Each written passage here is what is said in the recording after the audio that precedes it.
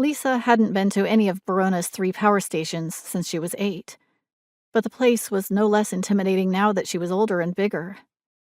The main room's 2 massive flywheels in particular were still sort of frightening. She could still remember nightmares she'd had where one of them broke loose and she couldn't move to get out of the way. Giving her head a sharp shake, she put the memory out of her mind. "Let's sit over here, shall we?" she said to her crew, indicating a spot a dozen meters from the flat side of their assigned flywheel. "Everybody bring a chair over and let's get busy." The task was accomplished with a good deal more noise and banging of chairs than was necessary, but Lisa knew enough to be patient. "All right," she said when they were finally settled. "What would you like to do first?" "See a movie." One of the boys spoke up promptly. "Oh, you like movies, do you?" Lisa asked, her eye on the gauge set into the flywheel's housing.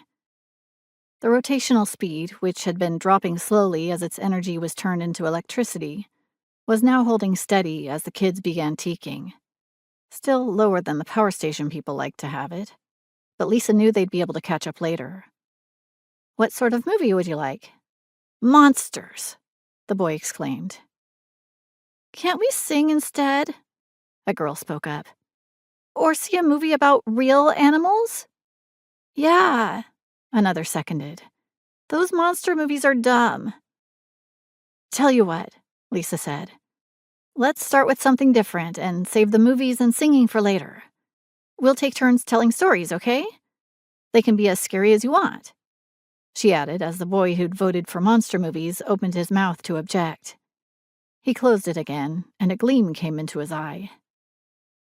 Leaning back, Lisa stifled a satisfied smile. She'd never yet seen a round of storytelling that couldn't hold a work crew's attention for at least an hour, and she would still have the movies and singing to fall back on. "Okay, who's ready to start?" 3 hands shot up.